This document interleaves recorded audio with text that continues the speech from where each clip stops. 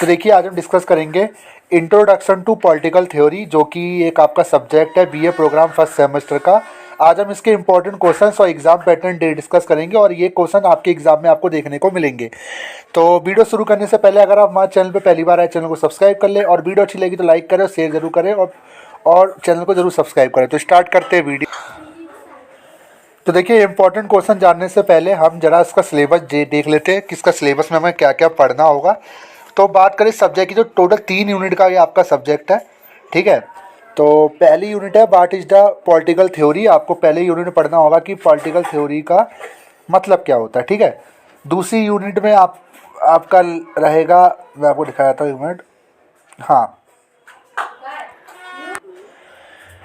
तो देखिए दूसरी यूनिट में आप पढ़ोगे concept liberty, equality, justice and right. तो मतलब ये सारे कंसेप्ट आप पढ़ोगे।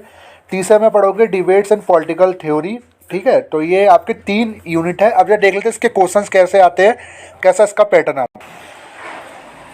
तो देखिए ये पेपर है, इसी साल का पेपर है, ठीक है, पुराना नहीं है, इसी साल का पेपर है। Introduction to political theory paper आपका 90 नंबर का आएगा, 3 घंटे का आपको समय मिलेगा। तो देखिए सीधा हाथ से पकड़ के मैं आपको दिखा रहा हूँ, ठीक है। तो 5 क्वेश्चंस आपको करने होंगे। हिंदी और इंग्लिश किसी भी लैंग्वेज में आप कर सकते हो, बेशक आपका मीडियम कुछ भी हो, उससे कोई मतलब नहीं है। नीचे जाते हैं, को देखते हैं क्वेश्चन कैसे आ रहे हैं। तो पहला जो क्वेश्चन पूछा गया, राजनीतिक शब्द से आप क्या समझते हैं। ये करके जाना, ये हर बार रिपीट होता है।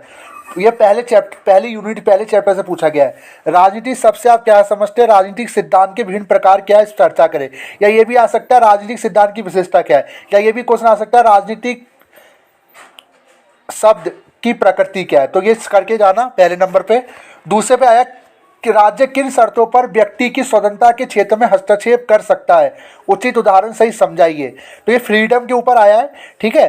तो इसमें हो सकता है स्वतंत्रता के ऊपर पूछ ले, ठीक है, या हो सकता है कि आपके अधिकार के ऊपर पूछ ले, हो सकता है न्याय के ऊपर पूछ ले। तो कोई भी एक क्वेश्चन आपके देखने को मिल सकता है। अब देखिए समानता के ऊपर आ गया। तीसरे में जटिल समानता क्या है, बहुल समाजों के लिए जटिल समानता का सुझाव क्यों दिया जाता है। अब देखिए एक क्वेश्चन और आता है, नकारात्मक स्वतंत्रता और सकारात्मक स्वतंत्रता। इसको भी कर लेना, ठीक है। जो मैं क्वेश्चन बता रहा हूँ मुंह से, वो इसको भी नोट कर लेना।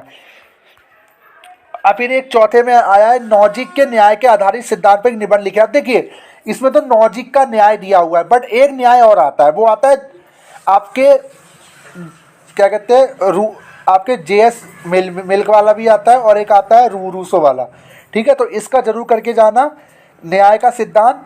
तो इनका जरूर कर लेना, न्याय के ऊपर जरूर एक पूछेगा। 5वां आपसे पूछेगा अधिकारों की 3 पीढ़ियों के विकास पर एक निबंध लिखिए, अपने उत्तर के समर्थन में उचित उदाहरण दीजिए। 6ठे में सकारात्मक कार्रवाई के प्रभाव से यह है कि एक नई नीति समाज में राजनीतिक विभाजन कारण बनती, क्या आप सहमत है। ये आपसे पूछा गया है, बना के इसे लिख सकते हो आराम से। 7वां समानता से आप क्या समझते हैं, औपचारिक समानता और तात्विक समानता में क्या अंतर। तो इस समानता से क्वेश्चन बना है, ठीक है। 8वां है स्वतंत्रता और समानता के बीच क्या संबंध है, ये भी इंपॉर्टेंट है। स्वतंत्रता क्या है, समानता क्या है, ठीक है। तो दोनों को एक ही में जोड़ा था, क्योंकि जब तक हम स्वतंत्र नहीं होंगे तब तक समानता कैसे होगी। ऐसा तो है नहीं कि अमीर लोगों को ही स्वतंत्रता दी जाए या अमीर लोगों को ही समानता दी जाए। तो दोनों को आपको एक्सप्लेन करना है, या तो उचित उदाहरण के साथ दोनों के बीच बहस को स्थापित कीजिए। अब देखिए एक चीज मैं आपको बताना चाहता हूँ, काफी स्टूडेंट को नहीं पता, एक ही क्वेश्चन के अंदर 2 से 3 क्वेश्चन पॉलिटिकल साइंस में छुपे रहते हैं। ये एक खास बात है इस सब्जेक्ट की। जैसे मान लीजिए इसमें 2 क्वेश्चन छुपे हुए, देखिए इसमें 2 क्वेश्चन है, आप कहोगे सर एक ही है, नहीं 2। पहले तो आपको क्या करना है, स्वतंत्रता की परिभाषा लिखनी है, समानता की लिखनी है। उसके बाद दोनों की बीच की संबंध आपको लिखने हैं, ठीक है। देन इसमें लास्ट में क्या लिखा, यथोचित उदाहरण के साथ दोनों के बीच बहस को स्थापित कीजिए। बहस करनी है, बहस मतलब आपकी इसको आलोचना भी करनी है और इसका समर्थन भी करना है, ठीक है। तो तर्क वितर्क आप करके अपने पॉइंट में लिख सकते हो। फिर निष्कर्ष लिखना ना भूले, आपको अच्छे नंबर मिल जाएंगे। 9वें में शालीनता, सार्वजनिक व्यवस्था और भावनाओं को आहत करने से बचने के लिए सेंसरशिप का आएगा। युक्तियुक्त प्रतिबंध महत्वपूर्ण है, क्या आप सहमत है, अपने उत्तर के समर्थन में तर्क दीजिए। 10वां है आपका, निम्नलिखित में से किन्हीं 2 पर संक्षिप्त टिप्पणी लिखिए। राजनीतिक सिद्धांत का पठन, स्वतंत्रता और भारतीय संविधान, असमानता पर रूसो, देखिए समानता का आ गया, न्याय की नारीवादी समझ, ठीक है। तो ऐसे क्वेश्चन आते हैं।